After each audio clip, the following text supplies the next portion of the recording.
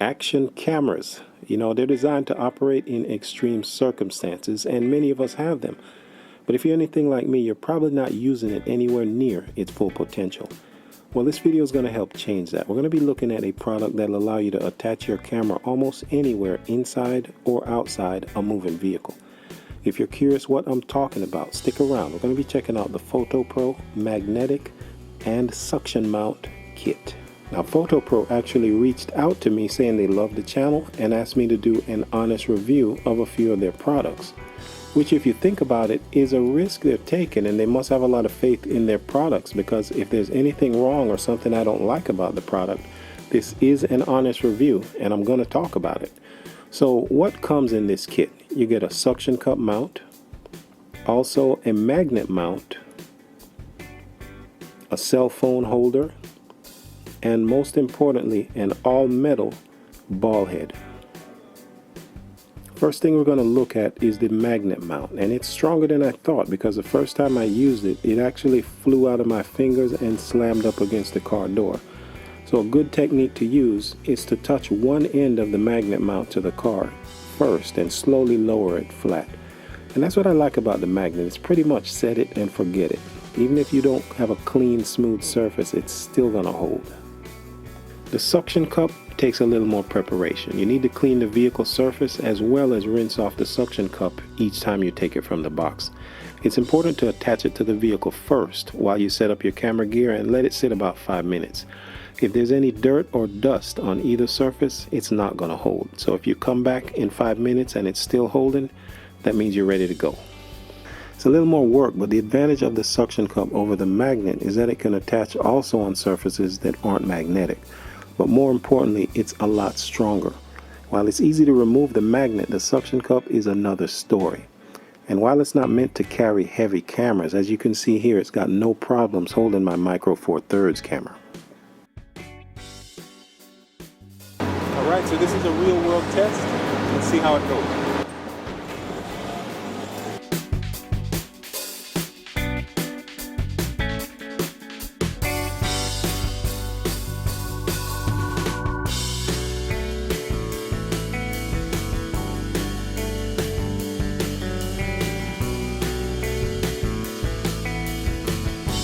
For a filmmaker, this kind of kit is valuable because it opens up your creativity and allows you to put the camera in places you never would have thought of before.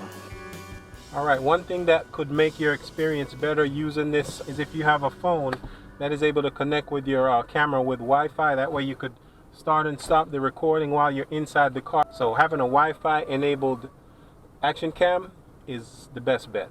Another thing to think about is after you spent hundreds of dollars on your action cam, you might not feel comfortable dangling it off your fast-moving car. If that's the case, I recommend attaching a tether and anchoring it either to the handle or somewhere solid on your car. When I was shooting this video, I couldn't find anything more appropriate, so I used this old USB cable. When doing filmmaking, it's important to be able to improvise. Alright, I need to point out a limitation of the Fotopro ball head. This is a full-size camera ball head, and as you can see, it can move in any direction you want, as well as into the slot so that you can turn it 90 degrees.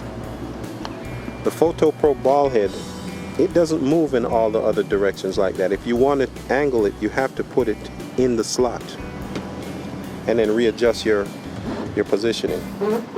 So you can put it still in whatever angle you want. It's just going to take a little more time and more work because of that. I think they did it in order to keep the ball head a lower profile and smaller.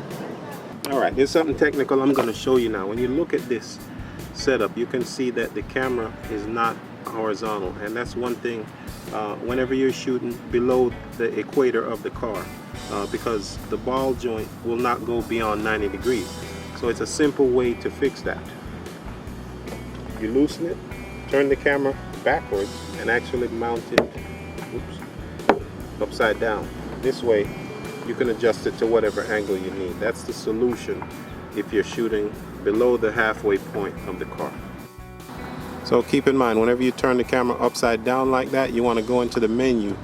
My camera has a setting called rotate, where it shoots the picture actually upside down, and that will fix the problem of shooting upside down. If you don't have an action cam, it's not a big deal. The phone holder is very strong and secure, and it's probably best to use it inside your car. Keep in mind, the phone is not aerodynamic. It's going to catch a lot of wind, so if you're going to use it outside the car, just keep in mind you don't want to go too fast.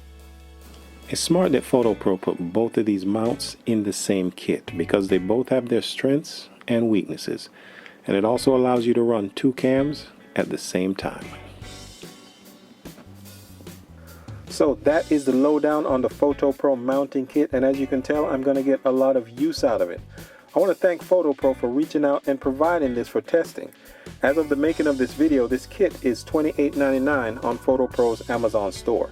I wouldn't want to know what GoPro would charge for something similar. I'll put a link below if you're interested in getting one for yourself. I'll also put a link to Fotopro's website.